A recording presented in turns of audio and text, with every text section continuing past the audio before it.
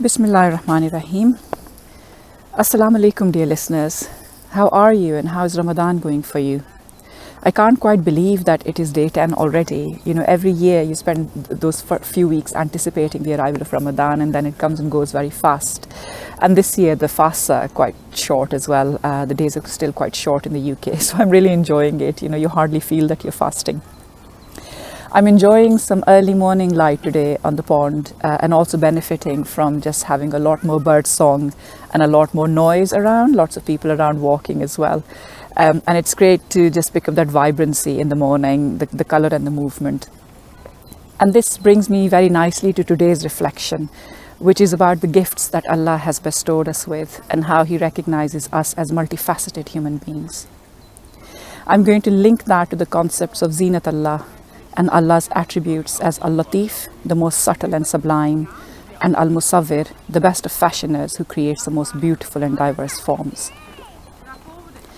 In Surah Al-Hashr, chapter 59, verse 24, Allah tells us, He is Allah, the creator, the evolver, the bestower of forms or colors, Al-Musawwir.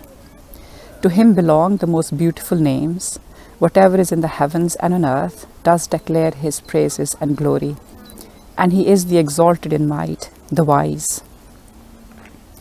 In recent decades, our contemporary Islamic discourse has taken an austere turn, and our jurists and ulama talk to us as if Islam only gave us law and as if we're only legal creatures. Scholars who use this harsh approach tell us that everything fun or anything that appeals to our aesthetic sense and attracts our attention is haram or forbidden by divine law. So we hear things like music is haram, art is haram, TV and films are haram, pictures are haram, poetry is haram, colorful clothes, especially women's colorful clothes which are embellished and have sequins and needlework on them, they're haram. Laughter is haram, outdoor exercise is haram, certainly for women. And so there is an endless list of this harsh austerity that sucks out all color from life. And it doesn't end there. All of Islam is reduced to its set of laws, the do's and don'ts. So there is this legalistic reductionism going on. And I won't bore you with recounting the long list of things that have now become forbidden for us, but I did set those out at a broad level in my video where I set out the case for reform. Suffice it to say that one of our biggest worries these days is permissibility of nail polish and the length of men's trousers. But does the Qur'an only discuss laws and the minutiae of rules? Does it forbid all that appeals to our inner sense of beauty? Does it see us human beings as one-dimensional beings worried about legal compliance? The answer is no, and it's a resounding no. The Qur'an positions itself as a book of moral guidance, and it addresses us human beings in our totality, in our full-bodied existence.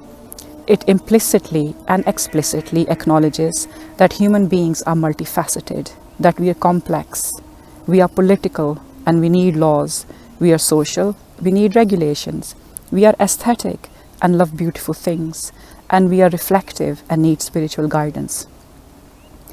I've done a simple diagram to illustrate how Quranic teachings encompass the many facets of being human. As I said, we do need some rules and regulations to order our lives individually and collectively, but we also need nurturing relationships. We busy ourselves in daily routine, but we also need moments of rest and reflection. We dislike ugliness and we seek balance, harmony and love. We are complicated and multidimensional. Our souls find nourishment through spiritual pursuits and through appreciating things of beauty.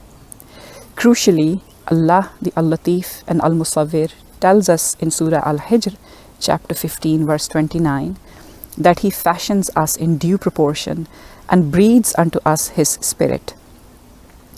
Thus He bestows on us the powers of imagination and creativity. So as He breathes into us of His Spirit, He shares some of those divine qualities with us, and creation is a quality of the divine. Of course, the human talent in creation can never reach those levels, but this is where we get the talent from. So we too get to understand the sublime, the ability to create soothing music, vivid paintings, emotive poetry, and stunning architecture. We weave, we write, We sing, we dance, we build, we string together words in beautiful cadence and moving prose. Our aesthetic sense is nourished when we are outdoors and watching the skies. The verse in Surah Al-Hashr I just read out tells us that the heavens and the earth praise Allah's glory, and they do this by making manifest to us the perfection of form, proportion, order, and diversity in creation. Our souls find nourishment in this. It is no wonder then that Allah promises us that we will be surrounded by the beautiful and the sublime if we earn His pleasure and achieve salvation in the hereafter. In Surah Al-A'raf, chapter 7, verse 32, Allah establishes a foundational principle and makes a foundational promise to us. Say, who has forbidden the beautiful gifts of Allah? Qul man harrama zinatallahi. Apologies for the mistake. Qul man harrama zinatallahi. Say, who has forbidden the beautiful gifts of Allah, which He has produced for His servants, and the things clean and pure, which He has provided for sustenance? Say, they are in the life of this world for those who believe, and purely for them on the Day of Judgment. Thus do we explain the signs in detail for those who understand. Our contemporary jurists have forbidden many of the zinat Allah, and in so doing, they have insisted that we suppress the creative being inside us. They have demanded austerity of spirit and thought.